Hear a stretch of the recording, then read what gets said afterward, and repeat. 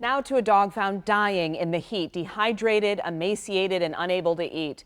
So when a woman couldn't get police to take action, she rescued the dog herself. And tonight, doctors say that dog is probably alive today because of it. 7 Action's reporter Kimberly Craig is live in Riverview. And Kim, where was this dog found? Well, Alan and Glenda, the dog was found in this yard behind me here, and his owners wouldn't say much other than he's 18 years old. And police apparently believed them when they said the dog has hip problems. Turns out his pelvis is broken in 2 places. First thing you call the police, call animal control, and this was not the situation in Riverview.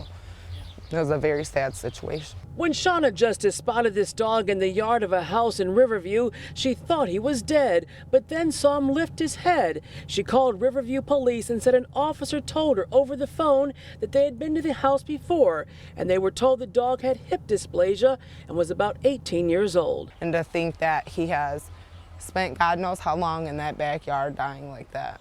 It was a very sickening thing. Shauna asked for police to come help with the dog that could barely walk and just dragged his back legs. But she said when officers arrived, they didn't offer anything that would help the dog. No one was home, and officers said they would come back to check on him and said they'd send animal control on Monday. This was Saturday.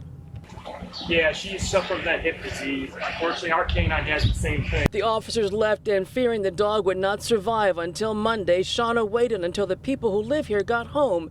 They said she could take the dog, and she rushed him to Woodhaven Animal Hospital. He's moving better now because he's on pain medication. Dr. Lucretia Greer examined the dog named Jake and said he was very dehydrated and emaciated and probably hadn't eaten in weeks because his teeth are in horrible condition. And this is why Jake couldn't walk, and it's not hip dysplasia. This is a part of his pelvis. It's broken at this piece here, and I believe that he was probably hit by a car or possibly hit hard enough to fracture his pelvis. Action News contacted Riverview Police about Dr. Greer's findings, and thanks to the Animal Resource Funding Foundation, they will cover the cost of Jake's surgeries so Dr. Greer can get him to walk again. I'm inspired by him because I know that his issues are treatable.